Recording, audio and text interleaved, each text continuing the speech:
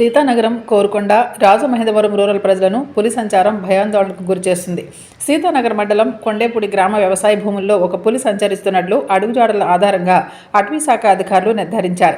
తాజాగా రాజమహేంద్రవరం రూరల్ తుర్రేడు గ్రామంలో హైస్కూల్కి వెళ్లే రోడ్లో పాత గెస్ట్ హౌస్ లోపల 2 ఆవులను చంపేసింది. దీంతో ఏ క్షణంలో పులి ఎక్కడికి వచ్చి దాడి చేస్తుందని రూరల్, రాజమహేంద్రవరం శివారు ప్రాంతాల ప్రజలు భయాందోళనకు గురవుతున్నారు.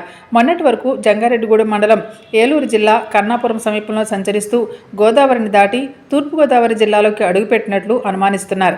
పులి సంచారం నేపథ్యంలో అటవీ బృందం గస్తీ తిరుగుతూ ప్రజలను అప్రమత్తం చేస్తుంది. అత్యవసర పరిస్థితుల్లో అధికారులు forest range officer number 6309730519 phone చేయాలని అటవీశాఖ అధికారులు విజ్ఞప్తి చేశారు. పులి దాడిలో ఆవులను కోల్పోయిన తుర్రోడు గ్రామానికి చెందిన రైతు మొగ్గల సత్యరాజును రాజానగరం నియోజకవర్గ శాసనసభ్యులు బత్తుల బలరామకృష్ణ పరామర్శించారు. ముఖ్యమంత్రి చంద్రబాబు నాయుడుపై మాజీ మంత్రి అంబటి రాంబాబు చేసిన వ్యాఖ్యలపై ఎమ్మెల్యే ఆదిరెడ్డి శ్రీనివాస్ స్పందించారు. అంబటి రాంబాబు వ్యాఖ్యలను ఖండించి తక్షణం క్షమాపణ చెప్పాలని డిమాండ్ చేశారు. రాష్ట్రానికి కూటమి ప్రభుత్వం తీసుకువస్తున్న పెట్టుబడులను చూసి ఓర్వలేక వైకాపా వారు మాటలతో ఇలా దాడి చేస్తున్నారని దుయ్యబట్టారు. ఇలాంటి నోటి దురుసు నాయకులను అదుపులో పెట్టకపోతే వచ్చే ఎన్నికల్లో పోటీ చేసేందుకు అభ్యర్థులు మిగిలరని వైసీపీ అధినేత జగన్ను హెచ్చరించారు. ఇప్పటికైనా నోరు, బొళ్ళు అదుపులో పెట్టుకోవాలని, లేని పక్షంలో తమ సమాధానం మరోలా ఉంటుందని ఎమ్మెల్యే ఆదిరెడ్డి శ్రీనివాస్ ఘాటుగా అంబటిని హెచ్చరించారు. మ్యాట్రిమనీ సైట్ల ద్వారా వితంతువులు, ఒంటరి మహిళలను లక్ష్యంగా చేసుకుని మోసగిస్తున్న ఘరానా మోసగాడిని రాజమహేంద్రవరం 3 టౌన్ పోలీసులు అరెస్ట్ చేశారు. Central zone incharge DSP Y Srikanth ఈ కేసు వివరాలను మీడియాకు వెల్లడించారు. చిత్తూరు జిల్లా పలమనేరు మండలం వడ్డూరుకు చెందిన Challa Narayana alias Krishnanarayana alias Narayana Krishna Telugu matrimonial ద్వారా భర్తలు చనిపోయి ఒంటరిగా ఉన్న మహిళల ప్రొఫైల్ ఎంచుకుని బంగారపు వ్యాపారం చేస్తుంటానని పరిచయం చేసుకుని వారికి వివాహ ప్రతిపాదనలు పంపుతాడు.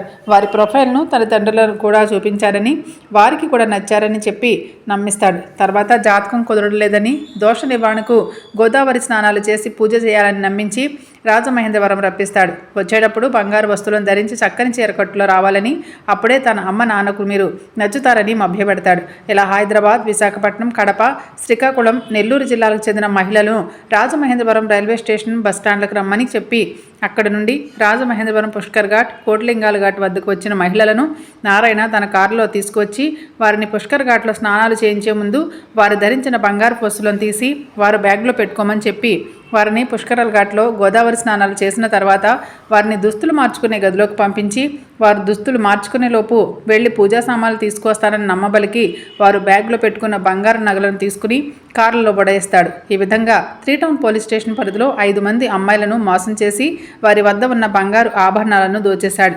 ఈ కేసును సవాల్గా తీసుకున్న పోలీసులు నారాయణ సెల్ ఫోన్ లొకేషన్ ఆధారంగా అరెస్ట్ చేసి 75 లక్షల విలువ గల బంగారు నగలు, 2 కార్లు, 2 సెల్ ఫోన్లు స్వాధీనం చేసుకున్నారు. నారాయణ గతంలో చిత్తూరు, తిరుపతి, విశాఖపట్నం, నెల్లూరు, కర్ణాటక ప్రాంతాల్లో ఇలాంటి 8 కేసుల్లో నిందితుడని డీఎస్పీ శ్రీకాంత్ వెల్లడించారు. రానున్న మహాశివరాత్రి సందర్భంగా ఏర్పాట్లపై చర్చించేందుకు వివిధ ఆలయ కమిటీల సభ్యులతో కలిసి నిన్న రాత్రి రాజమహేంద్రవరం సిటీ ఎమ్మెల్యే ఆదిరెడ్డి శ్రీనివాస్ కోట్లింగాల రేవులో సమావేశమయ్యారు. ఈ సందర్భంగా ఆయన మహాశివరాత్రికి భక్తుల సౌకర్యం కోసం చేపట్టాల్సిన ఏర్పాట్ల గురించి వివరించారు. దాతల సహకారంతో ఏ పనులు చేయాలి, ఎలా చేయాలో సూచించారు. అనంతరం ఆయా ఆలయాల కమిటీ సభ్యులు, నాయకులతో కలిసి కోట్లింగాల రేవును పరిశీలించారు.